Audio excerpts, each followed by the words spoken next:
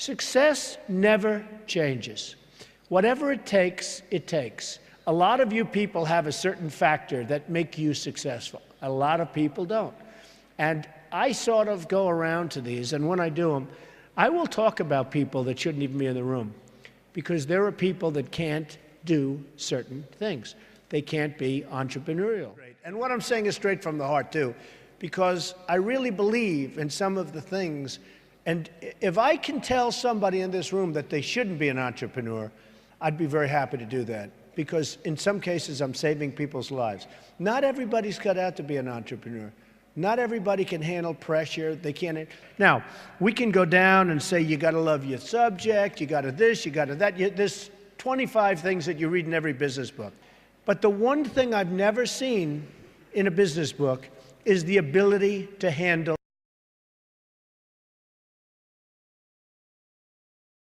To love what you do.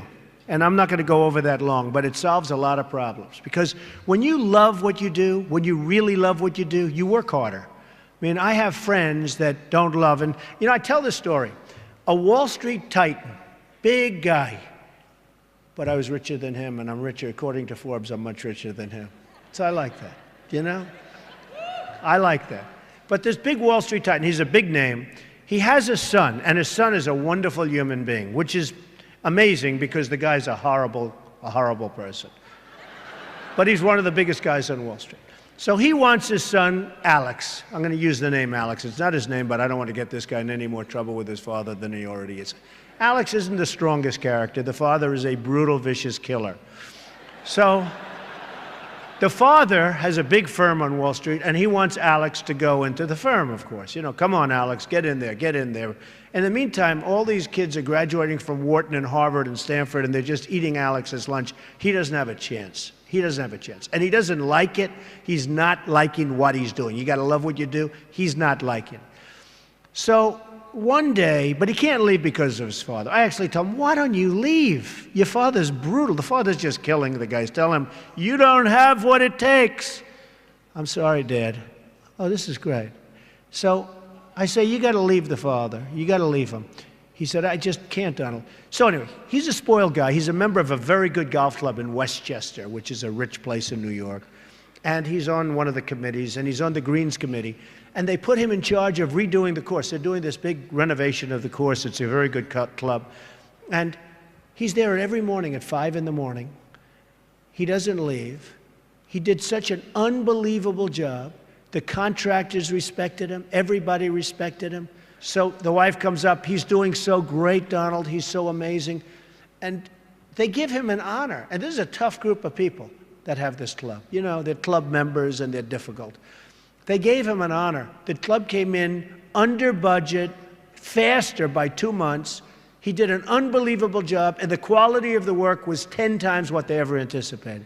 So they gave him a medal. I said, you know, Alex, you ought to go and do this for a living. You ought to be a builder, whether it's houses or clubs or golf courses, renovation or this. Oh, my father would go crazy. He'd never let me. So Alex went back to Wall Street, where he was miserable, and a year later he quit. And he started doing renovations of houses and clubs and different things.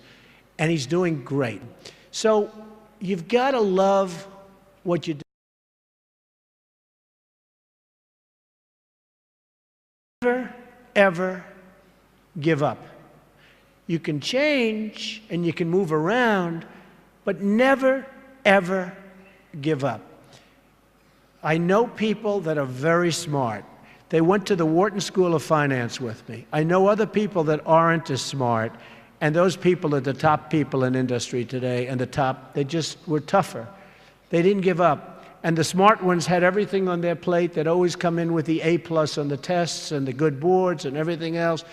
But when they ran into problems, they didn't know how to solve the problems like the guys that weren't as good. And it's very seldom that you see something other than this happen. So never, ever give up.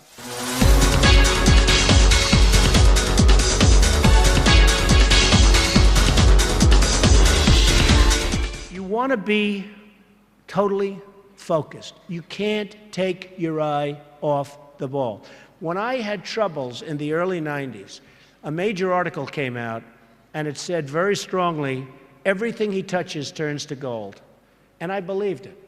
So I'd go out with models at night instead of working.